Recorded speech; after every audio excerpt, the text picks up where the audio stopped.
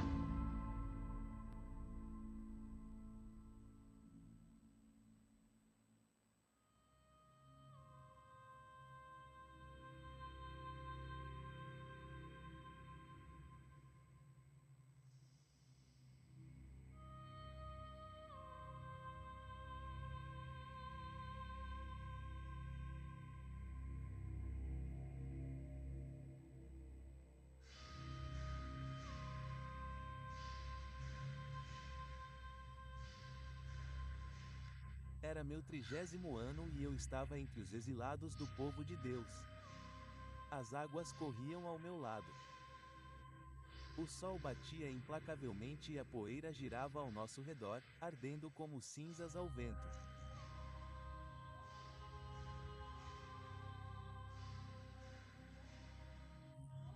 Então, sem aviso, os céus se abriram acima de mim, rasgando o firmamento com um brilho ofuscante.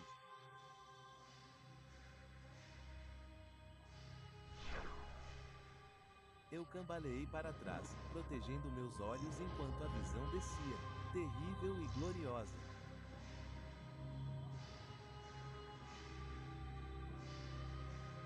Do norte surgiu uma tempestade envolta em fumaça e chamas. Nuvens negras como ferro com fogo brilhando incessantemente de seu centro.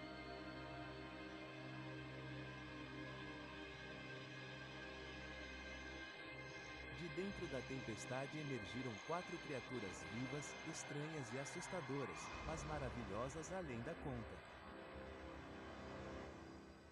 Elas brilhavam como bronze polido, cada uma com 4 rostos e 4 asas poderosas.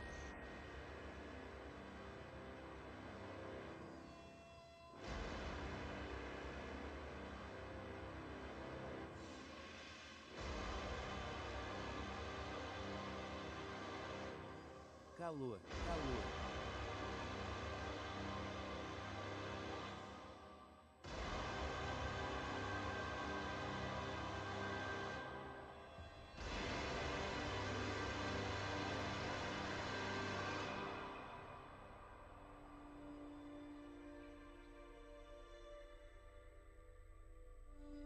Olhei de novo, assustado. Ao lado de cada criatura viva havia uma roda imensa, brilhando como um barril polido. Uma segunda roda girava dentro de cada uma, atravessando-a, cercada por incontáveis olhos. Quando as criaturas avançavam, as rodas giravam ao lado delas, erguendo-se da terra, guiadas por um único espírito. Onde um se movia, todos se moviam, unidos por um poder além da compreensão.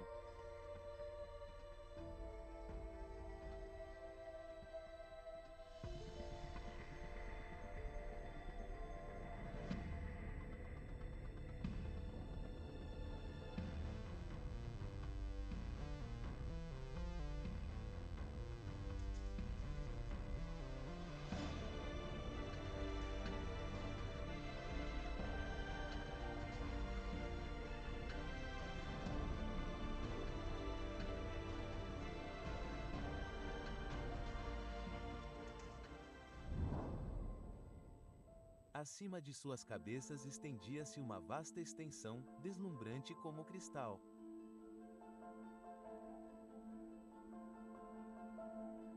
Abaixo dessa extensão, suas asas se estendiam, batendo com o som das águas rugindo e a voz do próprio Todo-Poderoso. Quando pararam, o silêncio caiu abruptamente e suas asas baixaram.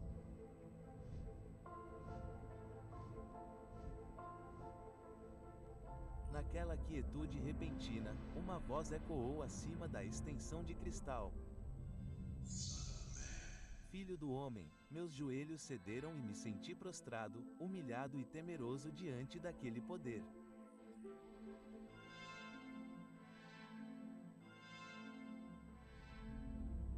No alto de um trono de safira, cercado por fogo, estava sentado alguém cuja aparência era a de um homem.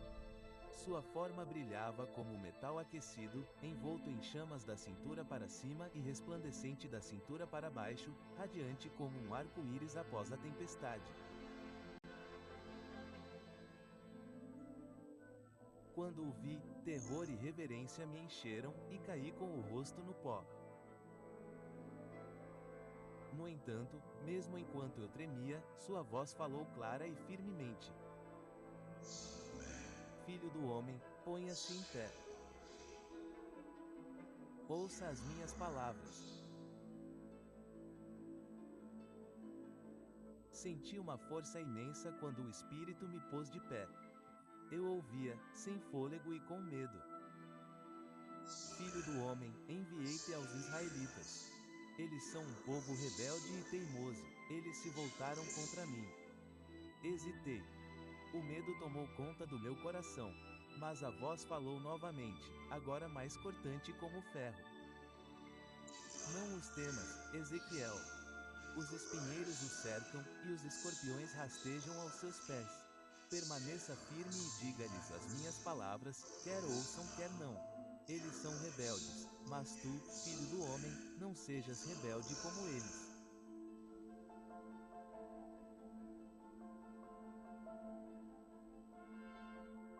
Então, diante dos meus olhos, uma mão surgiu do resplendor do céu, segurando um rolo.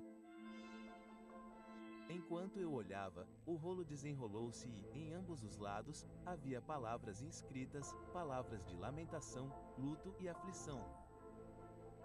O meu coração apertou-se, pois compreendi então o fardo que devia suportar, a pesada mensagem que agora ardia na minha língua. Filho do homem, come o que está diante de ti. Come este rolo e vai falar ao povo de Israel. Então eu abri a minha boca, e ele me deu o rolo para comer. Era doce como mel. A palavra era satisfatória, nutritiva e vivificante.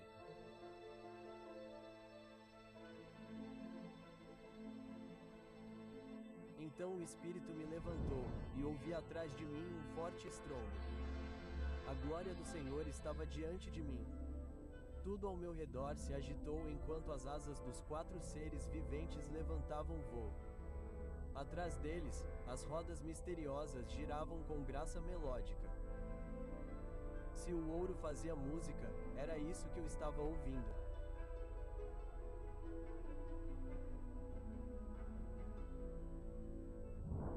Então o Espírito me levantou e me levou embora, lançando-me de volta à realidade com o povo de Israel.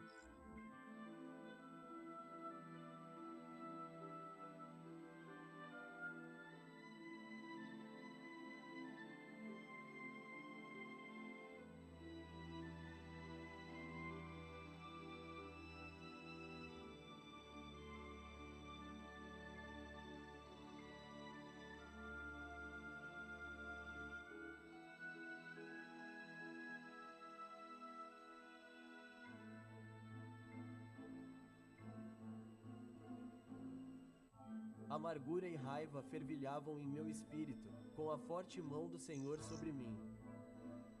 Eu estava entre os exilados, um profeta com uma mensagem queimando em meu ventre.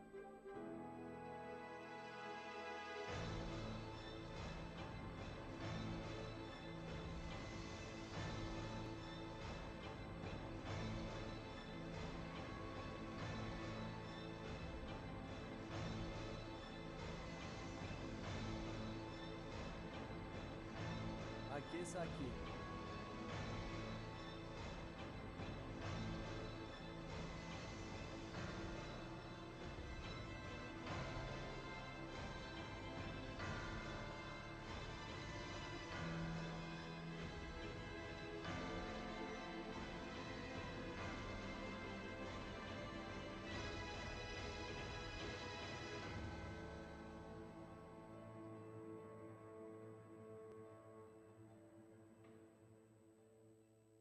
E Yahvé chamar, o Senhor está aqui. Aplauda o Senhor Jesus.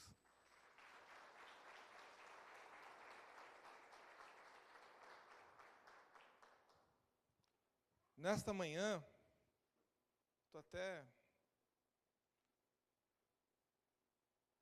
Ezequiel foi chamado para ser profeta. Ele veio numa família de profeta. E ele foi chamado para profetizar para o povo de Israel. O nome de Ezequiel significa fortalecido por Deus. Ele cresceu em Jerusalém, ele foi treinado para ser sacerdote no templo, só que ele nunca foi profeta no templo. Deus levou Ezequiel para o meio do povo de Israel, por volta de 597 antes de Cristo. Antes de Cristo, ele já viu Cristo sentado no trono. E ele estava na Babilônia, estava preso. Ezequiel ele se tornou um profeta de Deus. Ele é o autor do livro de Ezequiel do Antigo Testamento. Então, por ordem de Deus, Ezequiel fez vários símbolos. Deus, ele se derramou em Ezequiel. Ezequiel se transformou em da palavra de Deus andando sobre Israel. Deus separou Ezequiel para fazer uma grande obra, irmãos. Para você ter uma ideia, Ezequiel, ele sabia que Jerusalém seria sitiada. Deus falou para ele, olha, faça uma pequena maquete de Jerusalém. E ele fez essa pequena maquete, demonstrando que a cidade seria totalmente sitiada. Então, por ordem de Deus, Ezequiel fez vários gestos simbólicos para ilustrar o que iria acontecer. Irmãos, quando uma igreja é séria, quando uma igreja realmente não tem nada com o mundo, ela está preocupada apenas com a presença de Deus, com a glória de Deus, com a graça de Deus, ela tem que ser direcionada pelo Espírito Santo. Ela tem que ser direcionada pelo que Deus manda fazer. Então, por ordem de Deus, Ezequiel ele construiu uma miniatura de Jerusalém e a cercou. Ele cercou aquela miniatura para mostrar para o povo de Jerusalém que eles seriam sitiados e cercados. Porque eles estavam rebeldes diante de Deus. Ezequiel também racionou a comida dele, simbolizando que iria faltar comida durante o cerco. ele mesmo parou de comer, mostrando para o povo, olha, nós não vamos ter comida. Vamos lá em Ezequiel 24. A vida de Ezequiel não foi fácil. Eis que Ezequiel vos servirá de sinal vivo. Do mesmo modo como ele procedeu, assim fareis vós. E quando tudo isso acontecer, então compreendereis que eu sou o Senhor, Yahvé, o Deus. Deus usou Ezequiel para mostrar para o povo o que iria acontecer. Irmãos, é forte. A vida de Ezequiel não foi fácil, eu digo para você, muitas das suas mensagens eram de condenação, de destruição, e o povo não queria aceitar o que ele dizia. Hoje a gente ouve muita bênção, falar de bênção. Só que a vida não é só bênção, a vida também é luta. E muitos não querem ministrar essa palavra de dificuldade. Por quê? Porque eles não são revestidos pelo poder de Deus. Quando a pessoa começa a pregar muita bênção na tua vida, significa que ele não tem nada com o Espírito Santo. Porque ele quer trazer uma mensagem de alegria no teu coração, e às vezes não é a mensagem de Deus, é uma mensagem do coração dele. Às vezes ele te ama, ele quer trazer uma mensagem, mas não, irmãos, você tem que falar o que Deus mandou falar. Se você verdadeiramente é um profeta de Deus, você tem que saber o que Deus quer falar para aquela pessoa. E isso dói. Dói tanto para quem fala, como para quem ouve. Mas isso faz parte do ministério. Isso faz parte da obra de Deus, uma obra de restauração. Ezequiel se manteve fiel e obedeceu a tudo que Deus lhe mandou. 4 criaturas viventes. Quais eram as criaturas? 4 seres viventes. E as representações. Tinha o homem, tinha o leão, o boi e a águia. O homem significa a inteligência, a sabedoria, a criação, a imagem de Deus. O leão, Jesus Cristo, coragem, força, majestade e justiça divina. O boi significa o poder, força, trabalho e sacrifício. O servo, aquele que serve. A águia, rapidez, visão elevada e agilidade. Então o reino de Deus, ele é formado de maneira tremenda. Deus, ele conhece cada um de nós e sabe onde cada um de nós pode dar fruto para ele. Talvez você esteja num desses chamados. Talvez você esteja no lugar que Deus colocou você para trabalhar. Então você tem que entender, olha, Deus mostra nessa visão que nós somos todos numa multiforme sabedoria de Deus. Nem todo mundo aqui é leão, nem todo mundo é boi, nem todo mundo é águia. Cada um tem uma maneira de ser. Deus chamou você para fazer algo. Tem gente que tem agilidade, tem gente que é mais lerda. Tem gente que tem inteligência, tem gente que não tem. Tem gente que tem coragem, força, tem gente que não tem. Tem gente que serve, tem facilidade para trabalhar, para servir na igreja, para servir. Tem gente que não tem. Cada pessoa tem um chamado. Então aqui Deus mostra, através dessa representação dos 4 seres viventes, que nós podemos ser diferentes, mas nós temos que estar na visão de Deus. Todo time, agora eu estou na fase do NFL, né? Eu não gosto mais de futebol brasileiro, meu negócio agora é NFL. Então, cada jogador tem uma maneira de jogar, tem uma tática para jogar. Como no futebol também, eu estou brincando. Tem um jogador que é o goleiro, tem um jogador que é o atacante. Por quê? Cada um foi chamado para fazer algo. Cada um na igreja, tem um pastor, tem um evangelista, tem o diácono, tem o missionário. Cada um foi chamado para fazer algo. E você tem que fazer o que Deus quer que você faça. Então, nessa linguagem de Ezequiel, vamos lá, Ezequiel 1, do 6 ao 10 agora, que vai falar sobre esse assunto. Cada um desses seres também tinha 4 faces e 4 asas. Presta atenção. 4 faces e 4 asas. Mas cada um, volta lá no 6, né? 4 faces e 4 asas, beleza. O 7. Suas pernas eram retas, seus pés eram como de um bezerro e brilhavam como bronze polido.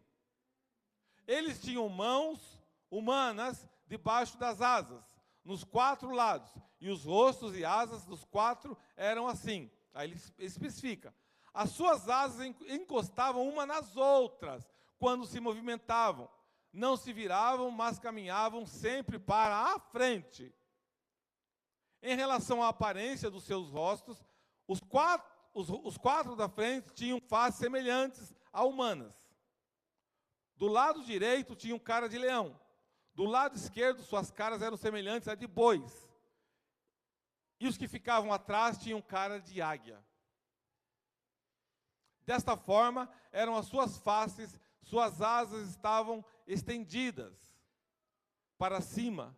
Cada um deles tinha 2 asas que tocavam as do outro. As 2 cobriam o corpo de cada um deles. Cada um desses seres caminhava exclusivamente para frente, para onde quer que o espírito se movia. Eles também iam e não se viravam quando se movimentavam. Você está entendendo o que significa isso? O Espírito Santo de Deus quer que você ande para frente. O Espírito Santo de Deus quer que você olhe para frente. Tem gente tentando fazer você olhar para trás, mas o Espírito, presta atenção, o que ele está falando aqui, eu estou pregando hoje profeticamente.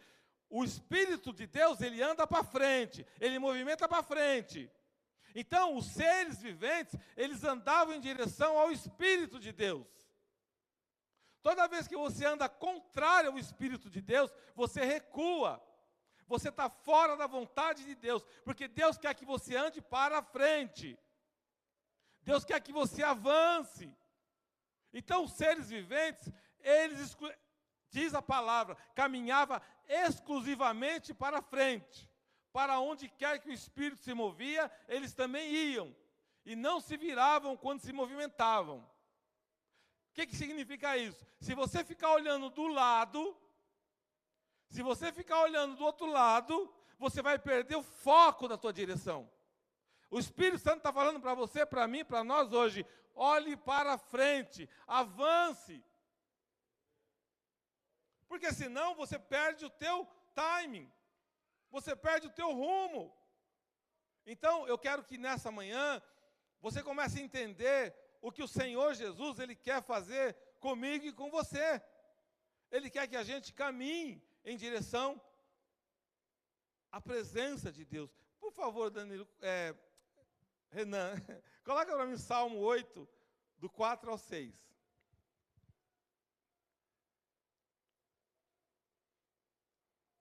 Salmo 8, do 4 ao 6. Pergunto, que é o homem para que com ele te importes, e o filho de Adão para que venhas visitá-lo? Tu o fizeste um pouco menor do que os anjos, e o coroaste de glória e de honra. Tu o fizeste dominar sobre as obras das tuas mãos, tudo sujeitaste debaixo dos seus pés. Volta no 4, por favor, Renan. O que é o homem para que com ele te importes? O homem somos nós, os seres humanos, homem e mulher. E o filho de Adão para que venha visitá-lo. Quem é o filho de Adão? Eu e você. Nós viemos de Adão. Aí ele fala assim, presta atenção para você entender. O versículo 5. Tu o fizeste um pouco menor do que os anjos, e o coroaste de glória e de honra. Eu quero que você entenda o seguinte, que você, você é feito um pouco menor do que os anjos.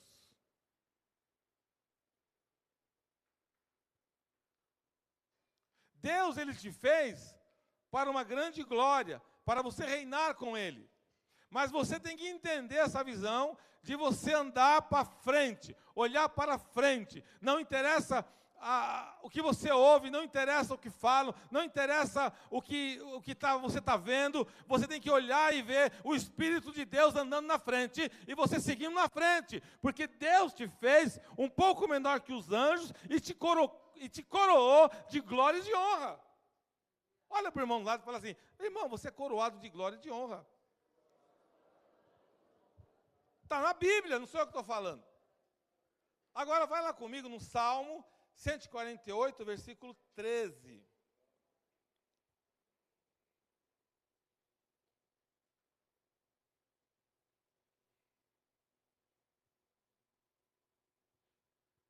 Que todos louvem o nome do Senhor, pois o seu nome é o único sublime. Sua majestade está acima da terra e dos céus. Então, presta atenção. Quando você começa a entender isso, você começa a avançar no reino de Deus, você começa a entender que Deus te criou e te formou com glória e honra. Ok? Mas essa glória e essa honra não é para você sair por aí falando: ó, eu estou cheio de glória e de honra. Viu? Abestado. É para que você louve o nome do Senhor.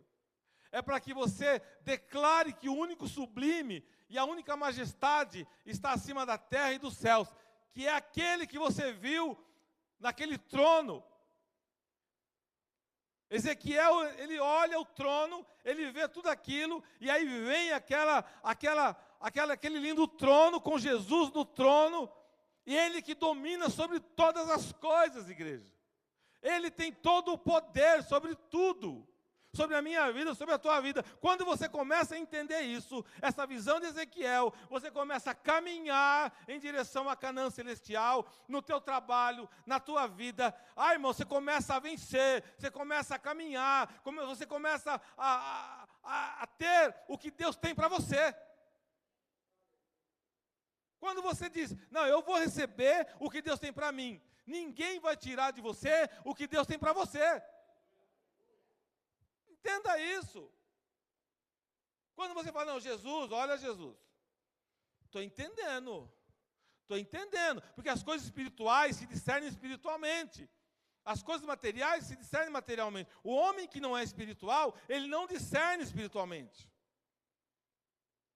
O que Ezequiel teve? Ele teve uma visão. Gente, Ezequiel subiu, Ezequiel falou viu Deus, viu Jesus, viu Deus, Ezequiel viu aquelas rodas gigantes, Ezequiel viu os olhos. O que está demonstrando ali? Os olhos de Deus estão passando, a roda está girando, e a roda é uma roda dentro da outra, e os olhos olhando, e o olho olha o pastor Álvaro, e olha o pastor Nelson, e olha a pastora Lu, e olha o Ronaldo, e olha o Horaci, e olha eu, e olha você, e olha o Renan, e vai olhando, e ele olha todo mundo. Então não há nada que fique escondido dos olhos do Todo-Poderoso. Mas o povo era o quê? O povo era de um coração duro.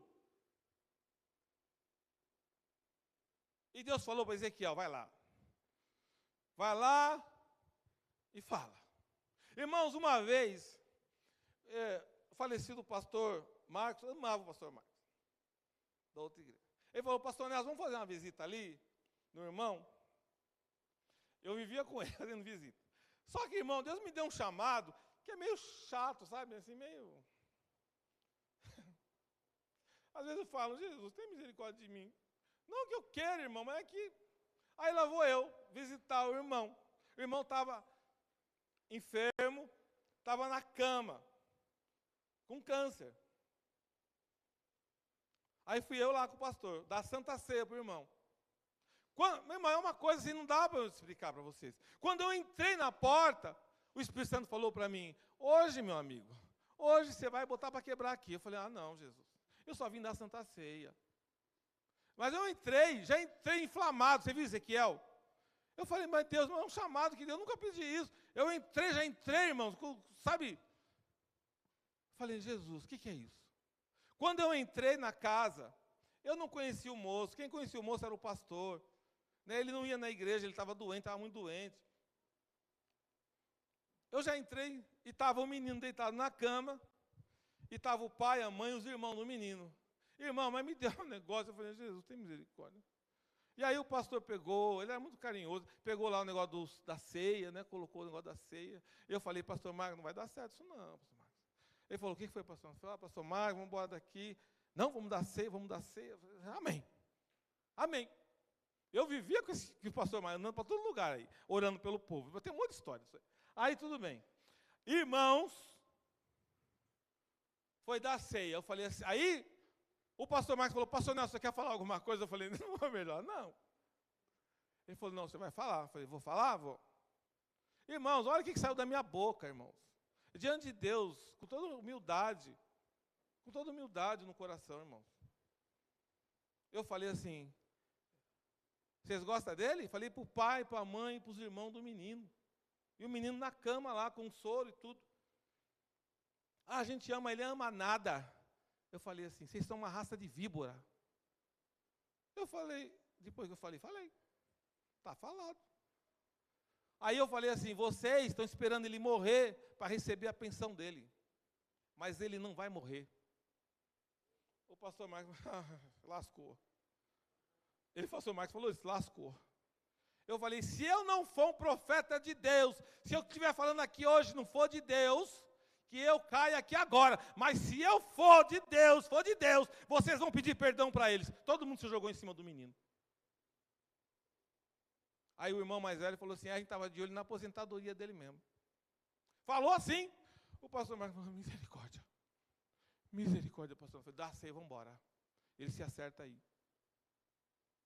Então, irmãos, tem coisa que você não... Eu fui lá para falar isso. Eu fui lá, irmão, para acompanhar o pastor, para dar ceia, para abençoar o menino. Só que o Espírito de Deus, irmãos, ele está em todo lugar, ele sabe de cada coração, ele sabe o que vai no coração. Ele sabe o que vai no coração. Mas aí ele usa o profeta para quê? Para trazer restauração. Eu falei, ó, vocês é que sabem o que vocês vão fazer. Agora, uma coisa eu te digo, pode tirar o olho do dinheiro dele, que ele não vai morrer, não. Aí se abraçaram lá, a gente deu a ceia e fomos embora. Eu estou falando isso que é uma experiência minha, pessoal. Eu estava na China, eu entrei no shopping na China, uma cidade na divisa com a Coreia do Norte. Qingdao. Eu entrei no shopping, deu uma tristeza, eu comecei a chorar. E eu comecei a chorar, e a menina chinesa que estava comigo, o rapaz não entendia nada, você está chorando por quê? Eu falei, é porque está todo mundo indo para o inferno. Ele falou, mas o que tem a ver com isso? Eu falei, eu não tenho nada a ver com isso, mas o Deus que eu sirvo, Ele está me quebrando aqui. Eu não tenho nada a ver com isso. Mas eu fui chamado por Deus, como um profeta de Deus. Eu não quero que esse povo vá para o inferno. E eu comecei a fazer o quê? Pregar dentro do shopping. Até que a polícia chegou.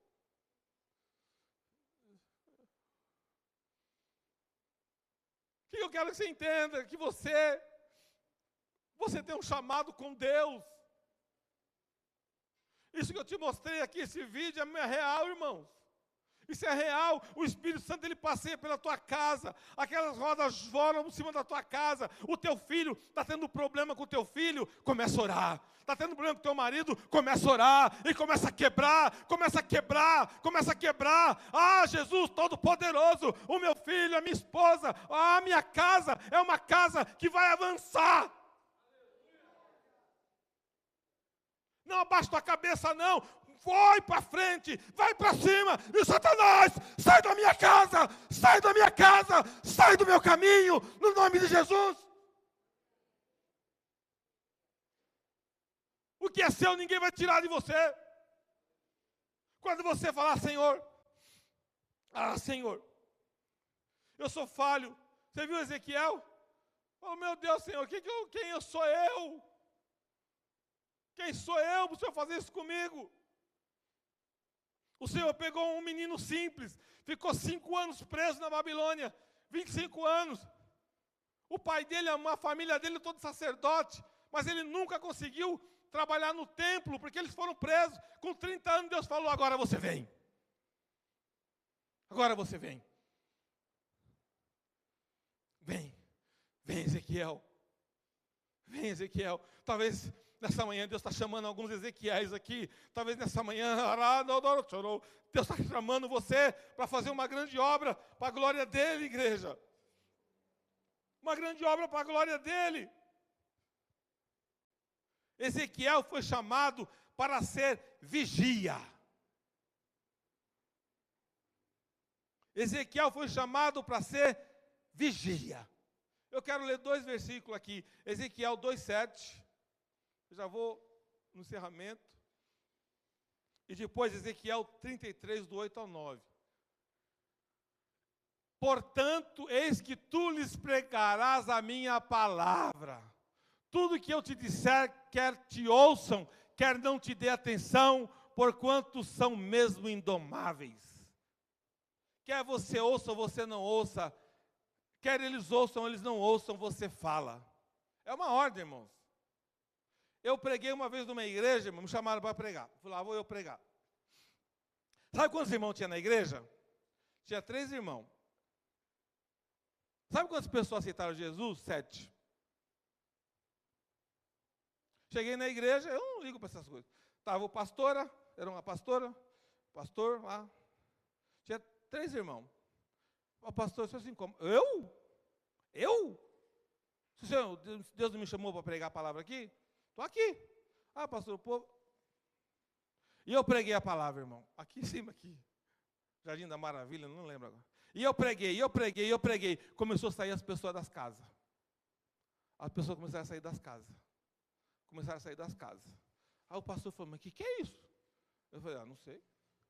Irmãos, as pessoas não entraram na igreja, elas ficaram tudo lá fora. Aí eu fiz o apelo. Acho que o pastor falou, esse pastor é doido, né? Os 3 irmãos que estavam na igreja eram irmão crente já. Eu fiz o apelo. Começou a entrar lá da rua, gente. 7 pessoas entraram dentro da igreja. Para a glória de Deus, irmãos. Então a gente não tem que... Os nossos olhos, você não pode ficar limitado aos teus olhos. Se você vai fazer um trabalho, se você vai fazer um projeto, na igreja, na tua vida pessoal, na tua casa, não fica limitado aos teus olhos. Começa a orar e falar, Senhor, o Senhor está na frente. O Espírito de Deus está andando na frente. E você só vai atrás, você só vai andando. O Espírito se move, você se move junto. Está entendendo? Não tenha medo não. Agora vamos lá. Ezequiel 33, 8 e 9.